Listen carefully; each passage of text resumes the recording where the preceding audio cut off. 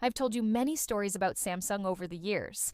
Their crazy entry into the US market, their near bankruptcy in the late 90s, how they turned around the mobile business to become the world's biggest phone maker, etc.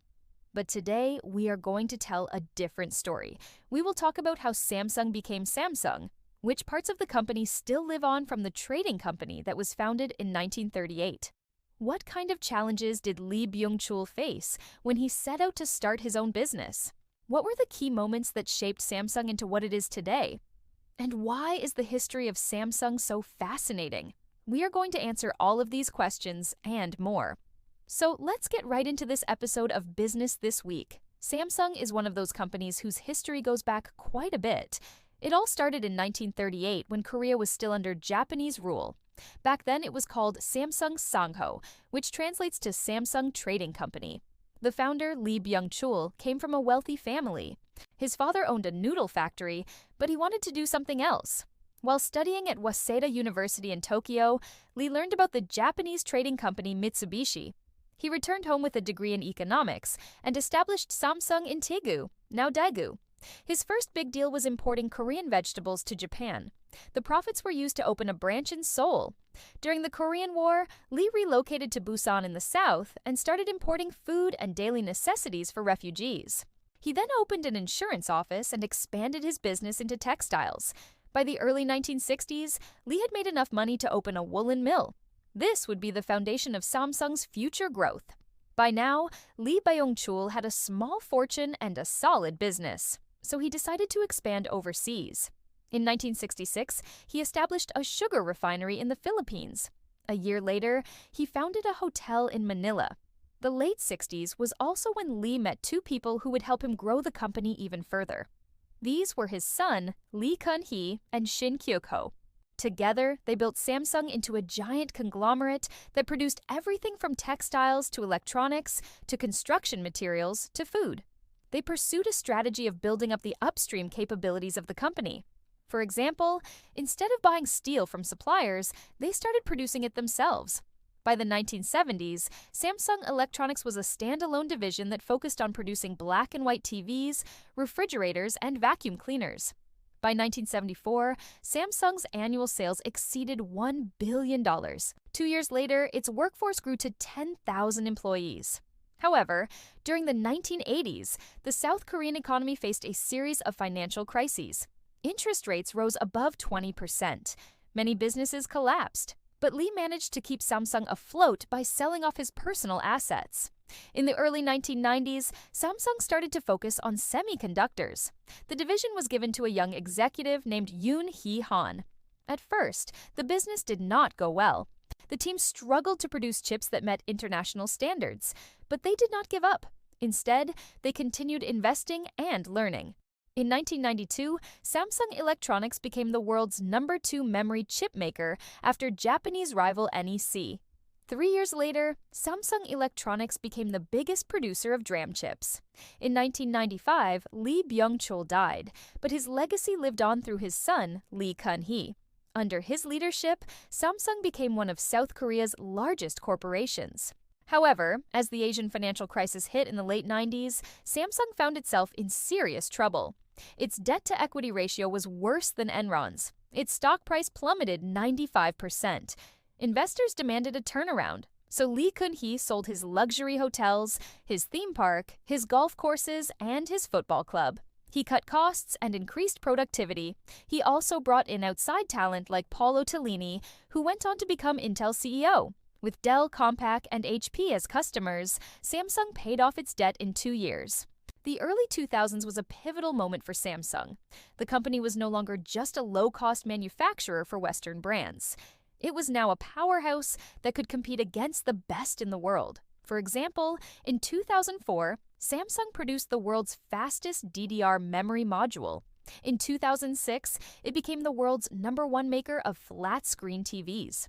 In 2008, it entered the smartphone market. It acquired a controlling stake in Harman International, which gave it access to premium audio technologies. Also in 2008, it opened a new R&D center in Silicon Valley. All of these moves solidified Samsung's place as a leader in the global electronics industry. After the death of Lee Kun-hee in 2020, his son Lee Jae-yong took over the company. Despite coming from a wealthy family, Lee Jae-yong had a humble start. When he was in college, he worked part-time jobs to pay for tuition. After graduating, he joined Samsung and started working in the semiconductor division. In his early days, he was known for being frugal. For example, he once asked his secretary to buy some documents for him. When the secretary spent $20 on a taxi to get them, Lee paid her back with a $10 bill and gave her a lecture on how to save money. Over the years, Lee has been involved in several controversies. In 2017, he was arrested for bribery in relation to a corruption scandal involving former President Park Geun-hye.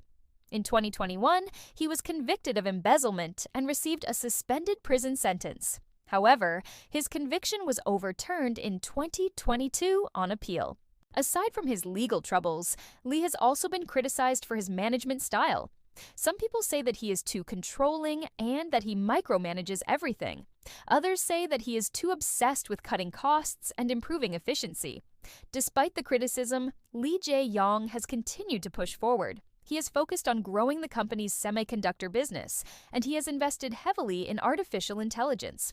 Only time will tell if he will be successful. Samsung today is a vast conglomerate with hundreds of subsidiaries across many industries. However, the core of the business is still electronics. In fact, 60% of the company's revenue still comes from electronics, especially semiconductors. The company is divided into 5 main divisions: consumer electronics, semiconductor memory, semiconductor systems, display, and mobile communications. Samsung Electronics is the biggest division in the company. It produces TVs, smartphones, appliances, laptops, tablets, etc. Samsung Semiconductor is the second largest division. It produces memory chips, CPUs, GPUs, etc. Samsung Display is the third largest division. It produces OLED panels, LCD panels, etc. Samsung Electromechanics is the fourth largest division. It produces cameras, batteries, etc. Samsung Networks is the fifth largest division. It provides telecommunications, infrastructure, etc. As you can see, each division has a clear focus. This allows Samsung to specialize and become the best in the world at what it does. Now, let's take a look at Samsung's financials. Revenue has grown from $150 billion in 2007 to over $200 billion today.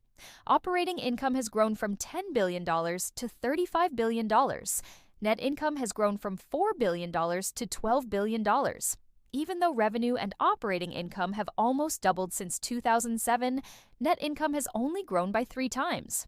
That's because the company has faced increasing competition in the consumer electronics space. The profit margins have decreased from 10% to 5%. Still, this is a massive improvement from where the company started. As you know, Samsung is headquartered in Seoul, South Korea. But did you know that it also has a large presence in the United States? In fact, Samsung Electronics North America is headquartered in Texas. The company employs over 17,000 people in the U.S. and has 11 major offices and 45 locations throughout the country. So next time you walk past a Best Buy or Target, remember that Samsung is a huge player in the U.S. economy, and that's all we have for you today. Thank you for watching this episode of Business This Week. If you enjoyed it, please consider subscribing and checking out our community. Thanks again for watching, and we will see you next week.